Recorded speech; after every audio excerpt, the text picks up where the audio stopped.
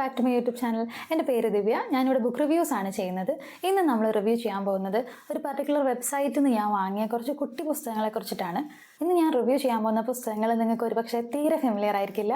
പക്ഷേ നിങ്ങൾ ഉറപ്പായിട്ടും നിങ്ങളൊരു പാരൻ്റ് ആണെങ്കിലൊക്കെ ഉറപ്പായിട്ടും നിങ്ങൾക്ക് ഹെൽപ്ഫുൾ ആവാൻ ചാൻസ് ഉള്ള ഒരു വീഡിയോ ആണിത്. അപ്പോൾ വീഡിയോ സ്കിപ്പ് ചെയ്യാതെ മറക്കാതെ കാണാൻ ഫുള്ള്.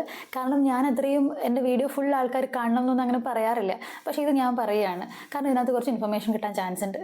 ഞാൻ ഈ അടുത്ത് നറേറ്റീവ് പ്രാക്ടീസസ് ഇന്ത്യ എന്ന് പറഞ്ഞൊരു പ്ലാറ്റ്ഫോമിൽ diploma in anti caste mental health practices എന്നൊരു 8 മാസത്തെ ഡിപ്ലോമ ചെയ്തിരുന്നു. അപ്പോൾ അതിൻ്റെ ഗ്രാജുവേഷൻ കിറ്റിൽ ഓൺലൈനാണല്ലോ പരിപാടി. അപ്പം ഓൺലൈനിലായിട്ടാണ് അവർ ഗ്രാജുവേഷൻ സർട്ടിഫിക്കറ്റ് ഒക്കെ അയച്ചു തരുന്നത്. അപ്പോൾ അതിൻ്റെ കൂടെ അവർ അയച്ചു തന്നൊരു പുസ്തകമാണ്. പ്രഥം ബുക്സിൻ്റെ വെബ്സൈറ്റിൽ ഈ പുസ്തകം അവൈലബിൾ ആണ്. അതിൻ്റെ കൂടെ ആ ഗ്രാജുവേഷൻ്റെ ടീം അവർ അയച്ചു തന്ന പുസ്തകമാണിത്. സിലബസിലും ആ ഡിപ്ലോമയുടെ സിലബസിലും ഇവരുടെ കുറേ അധികം പുസ്തകങ്ങളെ കുറിച്ചിട്ടൊക്കെ ഉണ്ടായിരുന്നു. അപ്പോൾ എനിക്ക് പൊതുവെ ആ ടൈപ്പ് പുസ്തകങ്ങൾ ഇഷ്ടമായിട്ട് ഞാൻ ഇവരുടെ വെബ്സൈറ്റിൽ നിന്ന് പ്രഥം ബുക്സ് എന്നാണ് വെബ്സൈറ്റിൻ്റെ പേര്. നിങ്ങൾ ചെക്ക് ചെയ്തോളൂ, ഞാൻ ലിങ്ക് ഡിസ്ക്രിപ്ഷനിൽ കൊടുക്കാം. അപ്പോൾ അതിനുള്ളിൽ പോയിട്ട് ഞാനൊരു 4 ബുക്സും കൂടി മേടിച്ചു.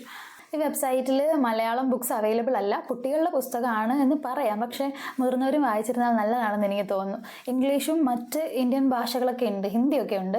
പക്ഷേ ഞാൻ ഇംഗ്ലീഷ് ബുക്സാണ് വാങ്ങിയത്. ഇവരുടെ പുസ്തകങ്ങളുടെ ഒരു പ്രത്യേകത എന്ന് പറഞ്ഞാൽ ഇതിനുള്ളിൽ നമുക്ക് 4 ടൈപ്പ് പുസ്തകങ്ങൾ വാങ്ങിക്കാൻ പറ്റും. അതെങ്ങനെയാണെന്ന് വെച്ചാൽ ഞാനിവിടെ സ്ക്രീനിൽ കൊടുക്കാം.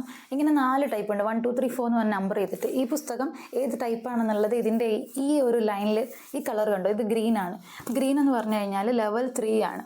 അതായത് ഈ ലെവൽ 3 ആണ്. അപ്പോൾ ലെവൽ 1 2 3 4 എന്നാണ് ഇത് പോകുന്നത്. അപ്പോൾ ലെവൽ 1 എന്ന് പറഞ്ഞാൽ നമ്മൾ വായിച്ചു കൊടുക്കേണ്ടത്, തീരെ ചെറിയ കുട്ടികൾക്ക് നമ്മൾ വായിച്ചു കൊടുക്കേണ്ടത്. ലെവൽ 2 എന്ന് പറയുന്നത് അവർ തന്നെ വായിച്ചോളും, പക്ഷേ ചില വാക്കുകൾ നമ്മൾ പറഞ്ഞു കൊടുക്കേണ്ടി വരും. ലെവൽ 3 എന്ന് പറഞ്ഞാൽ ഇൻഡിപെൻഡൻ്റ് ആയിട്ട് വായിക്കുന്ന കുട്ടികൾ. ലെവൽ 4 എന്ന് പറഞ്ഞാൽ കുറച്ചുകൂടി പ്രൊഫഷ്യൻ്റ് ആയിട്ട് പെട്ടെന്ന് വായിച്ച് തീർക്കുന്ന, ഇനി എന്തെങ്കിലും ഉണ്ടോ എന്ന് ചോദിക്കുന്ന ടൈപ്പ് വായനക്കാർ. അങ്ങനെ കുട്ടികളിലെ വായന തന്നെ 4ആയിട്ട് കാറ്റഗറൈസ് ചെയ്ത്, അപ്പം ഏജ് ഗ്രൂപ്പൊക്കെ മാറുമല്ലോ. ഇപ്പോൾ നമുക്കങ്ങനെ പറയാൻ പറ്റത്തില്ല, ഇത്ര വയസ്സ് വരെയുള്ള കുട്ടി ഇങ്ങനെ വായിക്കുന്നൊന്നും നമുക്ക് പറയാൻ പറ്റില്ല അല്ലേ.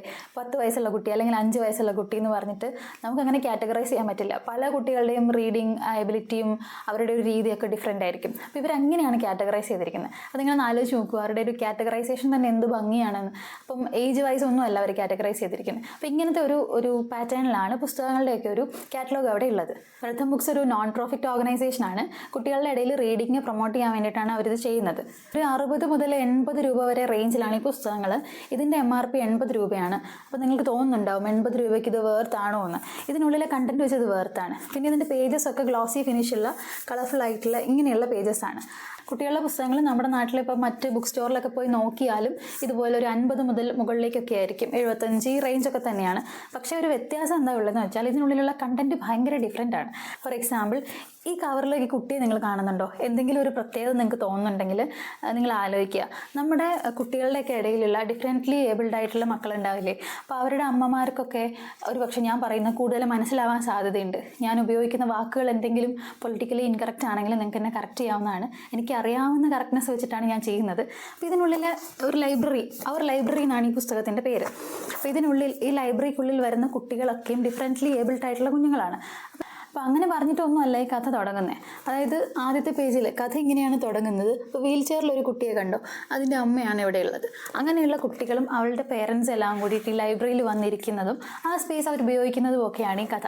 അപ്പോൾ ഇതിൻ്റെ ഓരോ പേജിലും കുട്ടികളൊക്കെ അങ്ങനെയാണ്. എന്താ പറയുക, ചില കുട്ടികൾ വായിക്കുമ്പോൾ ഇങ്ങനെയാണ് വായിക്കുക, ഇങ്ങനെ. അപ്പം പർട്ടിക്കുലർലി ആ കണ്ടീഷൻ്റെ പേരൊന്നും അവർ പറയുന്നില്ല.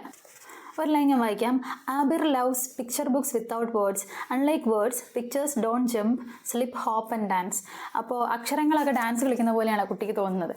അപ്പോൾ ഇങ്ങനത്തെ റീഡിങ് ഡിസബിലിറ്റീസ് ഉള്ള കുട്ടികളുണ്ടാവും. വാക്ക് കറക്റ്റാണോ എന്ന് എനിക്കറിയില്ല, എന്നാലും ഞാൻ പറയുകയാണ്. എല്ലാവരെയും പോലും അല്ലാത്ത കുട്ടികൾ, ഇപ്പം നമ്മളെപ്പോലെ ഒന്നും അല്ലാത്ത കുട്ടികൾ, അവരെങ്ങനെയാണ് ഈ സൊസൈറ്റിയിൽ എക്സ്ക്ലൂഡ് ആയി പോകുന്നത്. അത് നിങ്ങൾ നോക്കിക്കഴിഞ്ഞാൽ ഇതിലെ ആൾക്കാരുടെ മുഖമൊക്കെ നോക്കിക്കഴിഞ്ഞാൽ നിങ്ങൾക്ക് മനസ്സിലാവും. ഇത് സാധാരണ നമ്മൾ കാണുന്ന ആൾക്കാരെ പോലെ അല്ല ഇവരിയ്ക്കുന്നത്. ഇത് അൺയൂഷ്വൽ ആണെന്നല്ല, ഇത് യൂഷ്വൽ ആണെന്നുമല്ല, ഇതിനകത്തൊന്നും പറയുന്നില്ല. അത്രയും എന്താ പറയുക, ഇത് നോർമലാണെന്നാണ് പറയുന്നത്. അങ്ങനെ വേണമെങ്കിൽ നമുക്ക് പറയാം.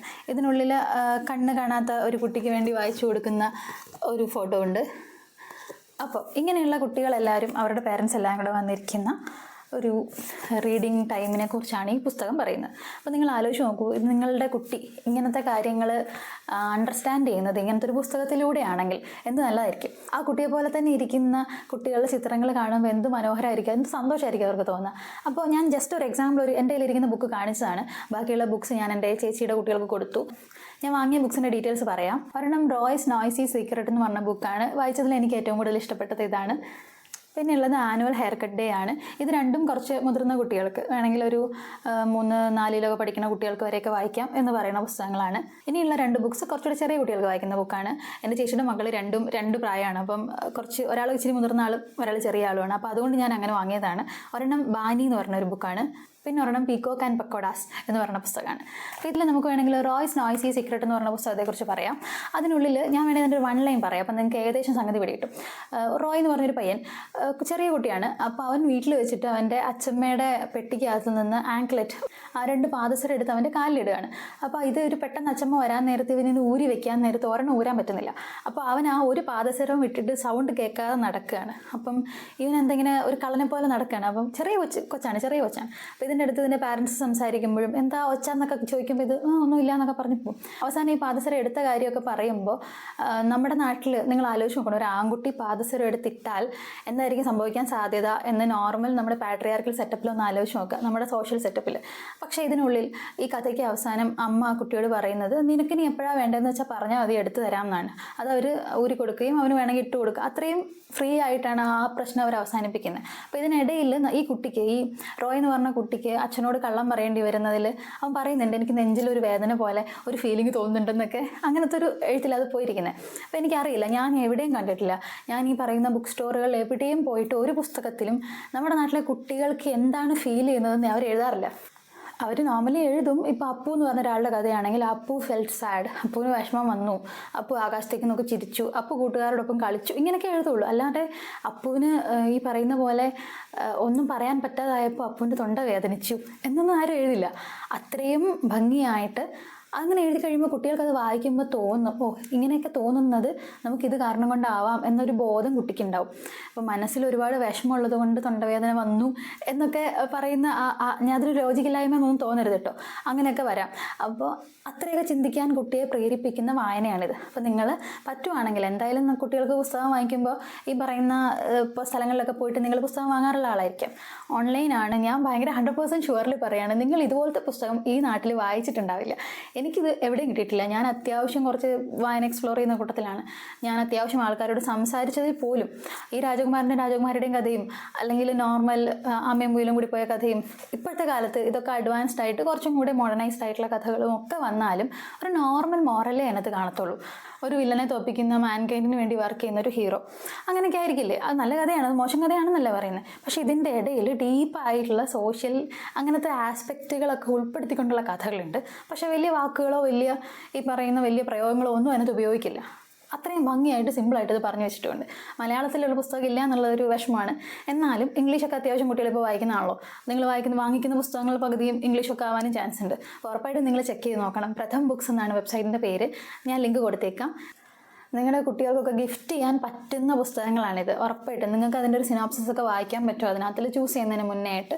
പിന്നെ നിങ്ങളിപ്പോൾ വായനയൊന്നും തീരെ ഇല്ലാത്ത ഒരാളാണ്, പക്ഷേ ഫ്രണ്ടിനൊരു ബുക്കൊക്കെ വാങ്ങിക്കൊടുക്കണം, അങ്ങനെ വലിയ ബുക്കൊന്നും വായിക്കുന്ന ആളല്ല, വലിയ പുസ്തകങ്ങളൊന്നും വായിക്കില്ലെങ്കിൽ ഇതുപോലത്തെ 3-4 പുസ്തകങ്ങളൊക്കെ വാങ്ങിക്കൊടുത്താൽ നല്ലതായിരിക്കും. കുറച്ച് അവർ നമ്മളെ ഓർത്തിരിക്കും. ബിക്കോസ് അത്രയും ഡീപ്പായിട്ടുള്ള സാധനങ്ങളാണ് ഈ പുസ്തകത്തിലുള്ളത്.